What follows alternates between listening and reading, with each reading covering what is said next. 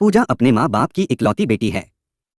पूजा शादी के बाद ससुराल से अपने घर आती है तो माँ सुधा ने पूछा, ससुराल में कोई कमी तो नहीं, वहां तुझे सब प्यार तो करते हैं ना? बेटी ने कहा, हाँ माँ, वैसे तो सब ठीक है, लेकिन वहां वॉशिंग मशीन ऑटोमेटिक नहीं है, मुझे कपड़े धोने में दिक्कत होती है।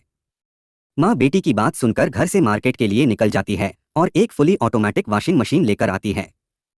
शाम को पूजा के जाने का वक्त हुआ तो सुधा ने बेटी पूजा से कहा, तुम्हारे लिए नई मशीन लाई हूं, तेरी ससुराल भेज दी है। यह सुनकर पूजा बड़ा खुश हुई और अपने ससुराल चली गई।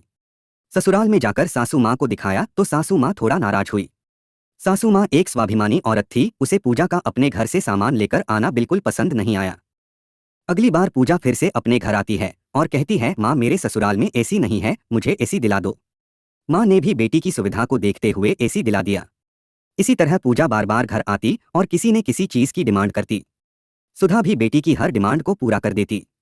एक दिन पूजा अपने घर आती है और कहती है, माँ राजेश को नई गाड़ी खरीदनी है, आप हमें 5 लाख रुपए उधार दे सकती हैं क्या? हम वापस लौटा देंगे। माँ ने कहा, बेटी हमारे पास इतने पैसे नहीं हैं।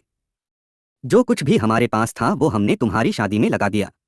हम तो अपनी पेंशन से अपना गुजारा करते हैं, छोटा मोटा सामान तो हमने कैसे भी करके दे दिया, लेकिन 5 लाख रुपए हम तुम्हारे लिए कहाँ से लेकर आए? तुम दामाद जी को समझाओ कि मेरे माता पिता के पास इतने पैसे नहीं हैं।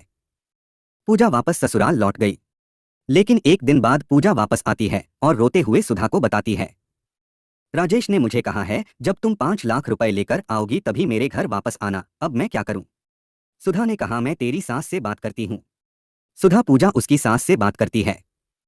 पूजा की सास कहती है, समधन जी इसमें आपकी ही गलती है, आपको अपनी बेटी की हर डिमांड को पूरा नहीं करना चाहिए था, उसको थोड़ा एडजस्ट करने की सलाह आपको देनी चाहिए थी, ना कि उसकी हर फरमाइश को पूरा करना चाहिए था। पूजा की सास ने बेटे राजेश के पास फोन मिलाया और बहुत डांट लगाई। उन्होंने कहा, अगर तुम्हें बड़ी गाड़ी लेनी है तो अपनी कमाई से लो, और अगर नहीं ले सकते तो अपनी इच्छाओं को कम रखो। सुधा जी को अपनी गलती का एहसास हो गया। उन्हें समझ आ गया कि उन्हें अपनी बेटी की हर जरूरत को पूरा नहीं करना चाहिए, बल्कि उसको सलाह देनी चाहिए कि उसकी ससुराल में जो भी है उसी से अपने घर को चलाने की कोशिश करे।